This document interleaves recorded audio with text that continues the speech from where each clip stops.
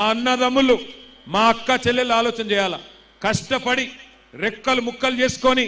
పిల్లల కోసం యాడ్నో చేవెళ్ళ దగ్గర గట్కేసర్ అవతల 200 గజాలు 150 గజాలు ప్లాట్ కొంటారు ఏమిటి కొంటారు రేపటి లగ్గానికి వనుకొస్తది పిల్లల చదువులకు వనుకొస్తది అని కొనుక్కుంటారు అసొంటిది కేసీఆర్ ప్రభుత్వం ఉన్నప్పుడు దాని ధర ఎంతుండే ఇయాల ఎంత అయింది ఆలోచన చేయండి ఎంత దారుణంగా రియల్ ఎస్టేట్ నాశనమైంది అంటే దానికి కారణం ఎవరో కూడా మీరు ఆలోచన చేయండి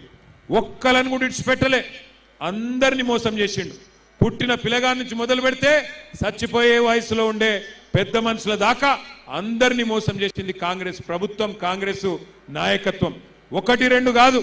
420 420 वादे करे कांग्रेस पार्टी वाले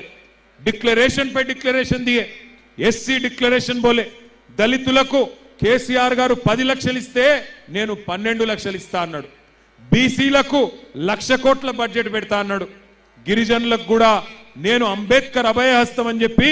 ట్రైబల్స్ కూడా 12 లక్షల రూపాయలు ఇస్తా అన్నాడు ఒక్క రూపాయి ఇచ్చిండా ఈ 2 ఏళ్లలో ఇచ్చుడు కాదు ఇందిరమ్మ రాజ్యం ఇందిరమ్మ రాజ్యం ఇందిరమ్మ రాజ్యం ఇందిరమ్మ రాజ్యం అంటే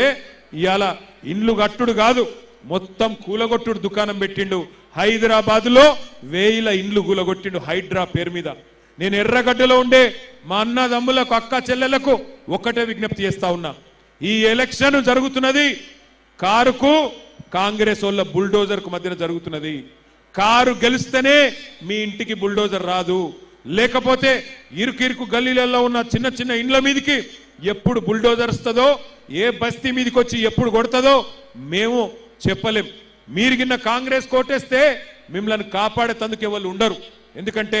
కత్తి మళ్ళా కాంగ్రెస్ వానికి ఇచ్చి యుద్ధం మమ్మల్ని చేయమంటే మాకు చేత కాదు మీరు కత్తి మాకు ఇయ్యండి మేము యుద్ధం మీకోసం చేస్తాం బుల్డోజర్ మీ ఇంటికి రాకుండా చూసే బాధ్యత మాది నేను చెప్తుంది అబద్ధం కాదు హైదరాబాద్ లో ఒక్క ఇల్లు కట్టలే ఒక్క ఇటుక పెట్టలే కానీ ఎన్ని ఇండ్లు గులగొట్టిండో హైడ్రా పేరు మీద ఒక్కసారి మీరు చూడాలని చెప్పి